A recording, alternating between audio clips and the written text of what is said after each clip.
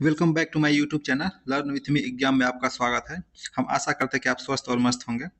हम आपके लिए कुछ चुनिंदा प्रश्न लेकर आए हैं जो होमगार्ड परीक्षा के लिए बहुत ही लाभदायक है।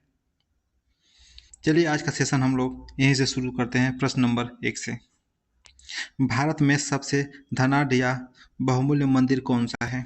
प्रश्न नंबर 1, तिरुपति बालाजी मंदिर, शिरडी के साईं बाबा का मंदिर या तिरुवनंतपुरम का पद्मनाभ स्वामी मंदिर या पुरी का जगन्नाथ मंदिर। चलिए दोस्तों, आप अपना उत्तर जरूर दें। इसमें से उत्तर कौन सा सही होगा?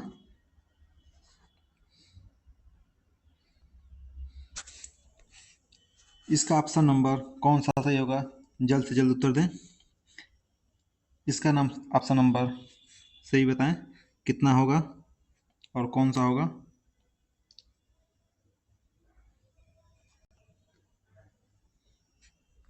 इसका ऑप्शन नंबर सी सही होगा, तिरुवनंतपुरम का पद्मनाभ स्वामी मंदिर, जो कि भारत में सबसे धनी और बहुमूल्य मंदिर है। यह भारत का धनाढ्य है। यह केरल की राजधानी, किसकी राजधानी है? केरल की तिरुवनंतपुरम में स्थित है। यहाँ पे भगवान विष्णु की सुंदर व विशाल मूर्ति रखी गई है। इस मंदिर में कुल लगभग संपत्ति 1 लाख करोड़ रुपए की है। चलिए अगला प्रश्न। भारतीय राज्य जिसकी साक्षरता दर उच्चतम है, इसमें से कौन सा है? केरल, मिजोरम, तमिलनाडु, लक्षद्वीप। सबसे अधिक साक्षरता दर किसकी है? इसका ऑप्शन नंबर ए सही होगा, केरल, जिसकी साक्षरता दर कितनी है? 94%। और मिजोरम की कितनी है?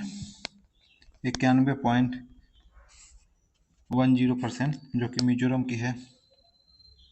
ये जितने भी परसेंटेज है, यह 2011 की जनगणना के अनुसार है। अगला प्रश्न। कांसा एक मिश्र धातु है।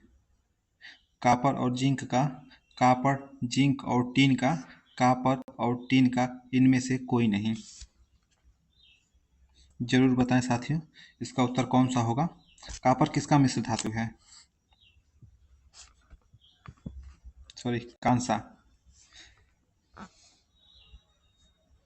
इसका ऑप्शन नंबर सी होगा, कॉपर और टीन का। कांसा को ही हम लोग क्या कहते हैं? कॉपर के नाम से जानते हैं। कॉपर का उपयोग सिक्का बनाने में, घंटी एवं बर्तन बनाने में किया जाता है।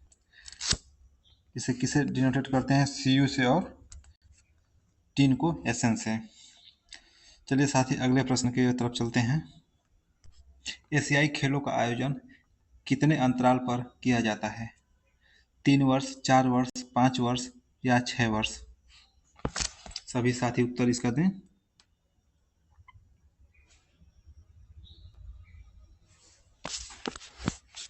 इसका ऑप्शन नंबर बी सही होगा, 4 वर्ष। एशियाई खेलों का आयोजन 4 वर्ष के अंतराल पर किया जाता है। इसका पहला आयोजन कहाँ हुआ था? फर्स्ट आयोजन हुआ था 4 मार्च 1951 को किया गया था, नई दिल्ली में संपन्न हुआ था। उस समय प्रधानमंत्री जवाहरलाल नेहरू थे। इनके सुझाव पर इसका नाम एशियाई खेल रखा गया। इस खेल का प्रतीक चमकता सूरज है। कौन सा है? चमकता सूरज। अगला प्रश्न। डेविस कप के साथ जुड़ा हुआ है। डेविस कप किसके साथ जुड़ा हुआ है? फुटबॉल के साथ, हॉकी के साथ, टेनिस के साथ या क्रिकेट के साथ? सभी साथी इसका उत्तर दें। डेविस कप किसके साथ जुड़ा हुआ है? इसका ऑप्शन नंबर सी सही होगा, टेनिस के साथ। अब फुटबॉल किसके साथ जुड़ा हुआ है? यह है फीफा कप। फीफा कप के साथ जुड़ा हुआ है। हॉकी किसके साथ जुड़ा हुआ है? मेजर ध्यानचंद, ध्यानचंद के नाम पे जुड़ा हुआ है।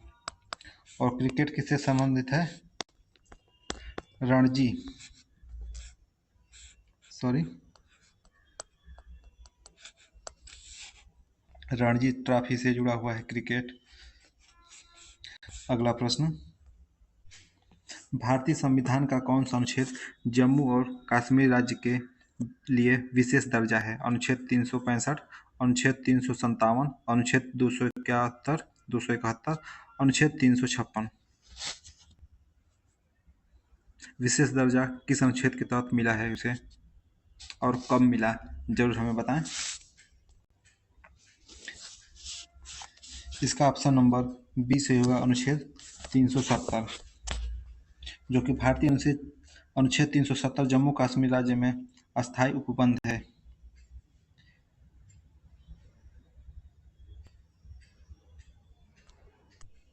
इस समाप्त 19 में भारत सरकार ने यह 370 पूरी तरह से निरस्त कर दिया। इसके साथ ही अनुच्छेद 35A को भी खत्म कर दिया, इसलिए ऑप्शन नंबर बी सही होगा।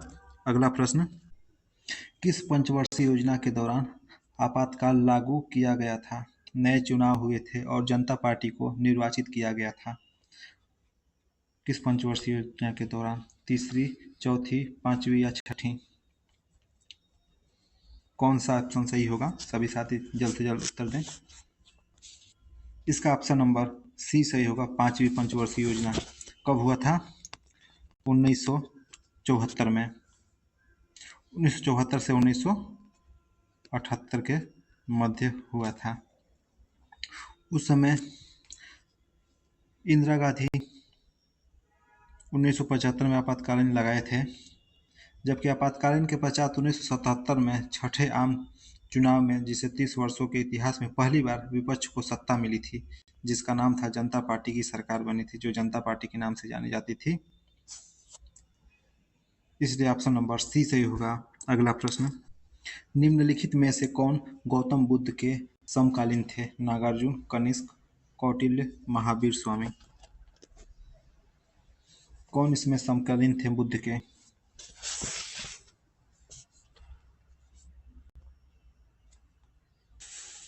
सभी साथी उत्तर दें इसका ऑप्शन नंबर डी सही होगा। महावीर स्वामी, जो कि गौतम बुद्ध के समकालीन थे। महावीर स्वामी जैन धर्म के चौथे थे, 24वें तीर्थंकर थे।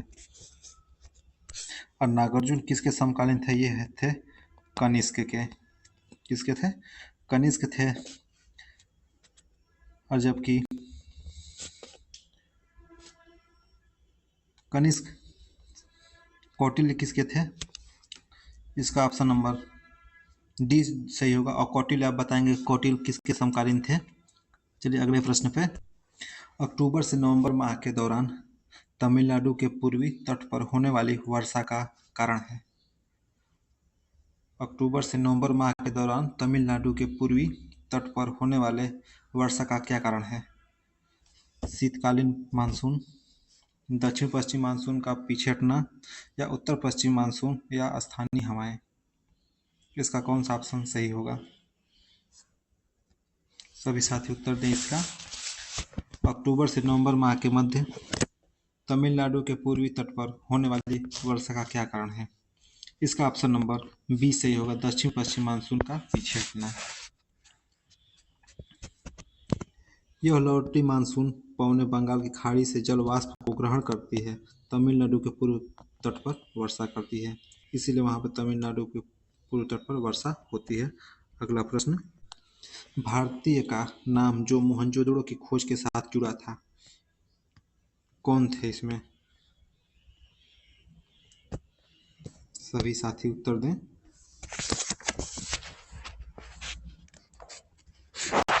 इसका ऑप्शन नंबर ए सही होगा। आर.डी. बनर्जी, जो कि 1982 में 22 में इन्होंने मोहनजोदड़ो की खोज की थी। यह स्थल पाकिस्तान के सिंध प्रांत के किसमें है?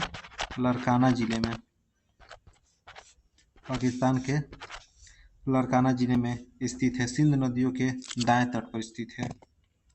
यहाँ पे कांसे के नृत्य की मूर्ति, सूती कपड़ा, पशुपति शिव की आकृति वाली मुहर और बेलनाकार मुहर्रों का साक्ष्य मिला, इसलिए ऑप्शन नंबर ए सही होगा। अगला प्रश्न, हुमायूं का मकबरा इनके द्वारा बनाया गया था। किसके द्वारा हुमायूं का मकबरा बनाया गया था? अबू हातिमा के द्वारा, नूरजहां के द्वारा, हाजी बेगम के द्वारा या अकबर के द्वारा?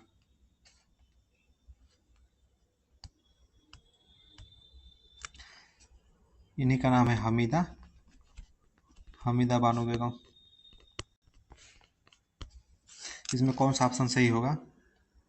इसका ऑप्शन नंबर सी सही होगा, हाजी बेगम, मतलब हमीदा बानो बेगम, जो कि 1556 में हुमायूं की मृत्यु के बाद इन्होंने पुस्तकालय की सीढ़ियों से गिरने के कारण उनकी मृत्यु हो गई थी। किसकी? हुमायूं की।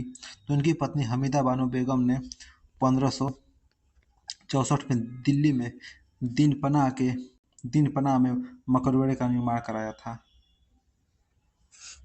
जिसके वास्तुकार मीरक मिर्जा गियास थे।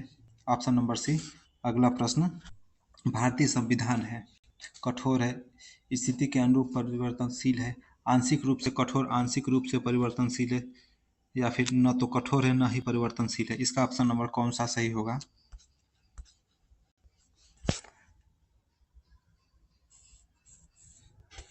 इसका ऑप्शन नंबर सी सही होगा, आंशिक रूप से कठोर है और आंशिक रूप से परिवर्तनशील है। अगला प्रश्न, भारत कई खूबसूरत प्राचीन मंदिरों का एक देश है।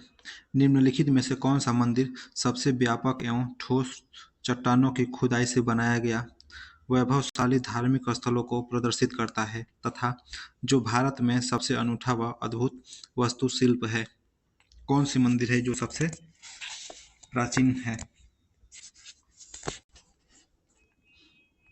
पहला एलोरा की कैलाश मंदिर, मामल्लपुरम या महाबलीपुरम का रथ मंदिर, या खजुराहो में चतुर्भुज विष्णु मंदिर, या कांची में कैलाश मंदिर? इसमें से कौन सा प्रसिद्ध है? इसका ऑप्शन नंबर ए सही होगा, एलोरा का कैलाश मंदिर, जो कि औरंगाबाद महाराष्ट्र में पड़ता है। इसका निर्माण राष्ट्रकूट शासक कृष्ण फर्स्ट ने बनवाए थे। अगला प्रश्न, निम्नलिखित में से कौन सा असम के लोगों का पर्व है? ये तो काफी चर्चित प्रश्न है, हर बार पूछता है। गरबा, बिहू, भांगड़ा या कथक? चलिए सभी लोग बताएं, चारों ऑप्शन का उत्तर बताएं। गरबा कहाँ के लिए प्रसिद्ध है? गुजरात के लिए। भांगड़ा कहाँ का है? ये जरूर बताएं। और कथक कहाँ का है? इसका ऑप्शन नंबर तो सी सही होगा, बिहू। लेकिन बाकी लोग आप बताएं, भांगड़ा कहाँ का है? पंजाब का।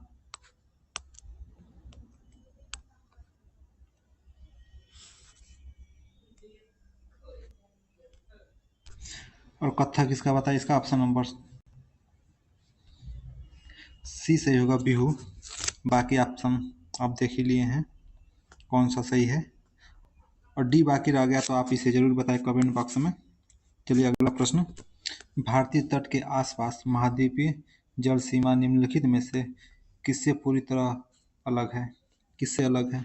हुगली तट से, कोंकण तट से, कोरोमंडल तट से, या फिर दक्षिण गुजरात तट से? कौन सी अलग है? जरूर बताएं इसका उत्तर। भारतीय तट के आसपास महाद्वीपीय जल सीमा निम्नलिखित में से किससे पूरी तरह से अलग है? इसका ऑप्शन नंबर ए सही होगा, हुगली तट से, जो कि भारत की महाद्वीपीय तट से सबसे अलग है, जबकि कोरोमंडल तट, कोंकण तट तथा दक्षिण गुजरात तट महाद्वीप जल सीमा से जुड़े हुए हैं, जबकि हुगली तट पूरी तरह से अलग है। अगला प्रश्न, सौरभ चौधरी एक भारतीय थे, क्या थे? कबड्डी खिलाड़ी थे, या निशानेबाज थे, पहलवान थे, या फिर एथलीट थे? सौरभ चौधरी। इसमें से कौन सा उत्तर सही होगा? इसका ऑप्शन नंबर कौन सा सही होगा? इसका ऑप्शन नंबर बी सही होगा, जो कि निशानेबाज थे। सौरभ चौधरी एक भारतीय निशानेबाज थे, जो कि 2018 में एशियाई खेल, किसमें? एशियाई खेल में निशानेबाजी में 10 मीटर एयर पिस्टल स्पर्धा में स्वर्ण पदक जीता था। क्या जीता था? Gold medal. इसलिए ऑप्शन नंबर बी सही होगा। इनमें से किन धातुओं में एंटीबैक्टीरियल प्रॉपर्टी होती है? किस धातु में एंटीबैक्टीरियल प्रॉपर्टी होती है? सोना में, दुर्ग में, प्लेटिनम में, चांदी में? इसका ऑप्शन नंबर कौन सा सही होगा? एंटीबैक्टीरिया कौन सा है इसमें से धातु? ऑप्शन नंबर डी, चांदी। यह चांदी के बर्तन में एंटीबैक्टीरियल गुण पाए जाते हैं। यह प्राकृतिक रूप से विषाक्त गैर विषाक्त होते हैं, जिससे बैक्टीरिया दूर रहते हैं। पानी और अन्य लिक्विड इसमें रखने से ताजगी लंबे समय तक बरकरार रहती है, इसलिए ऑप्शन नंबर डी सही होगा। चलिए अगले प्रश्न की तरफ चलते हैं हम लोग। निम्नलिखित में से कौन सा उपकरण भूकंप की तीव्रता को रिकॉर्ड करता है?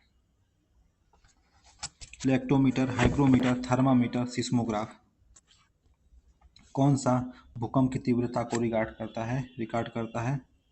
इसका ऑप्शन नंबर डी सही होगा, सिस्मोग्राफ। चलिए लेक्टोमीटर से क्या नापते हैं? लेक्टोमीटर से हम लोग क्या नापते हैं? हाइग्रोमीटर से क्या नापते हैं? हाइग्रोमीटर से क्या नापते हैं? आर्द्रता हवा की। इलेक्ट्रोमीटर से दूध में पानी की मात्रा। और थर्मामीटर से तापमान नापते हैं। चारों हो गया। चलिए अगले प्रश्न की तरफ। समुद्रगुप्त के दरबारी कवि कौन थे? हरिसेन, बाणभट्ट, वात्स्यायन, भीमसेन? समुद्रगुप्त के दरबारी कवि कौन थे? समुद्रगुप्त के दरबारी कवि कौन थे? हरिसेन, बाणभट्ट, वात्स्यायन, भीमसेन? कौन सा उत्तर इसका सही होगा?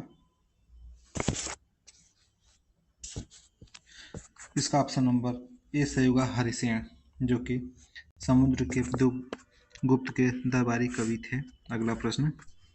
ताप्ती नदी से निकलती है सतपुड़ा से, विंध्य से, पश्चिमी घाट से या कुमायूं हिमालय से?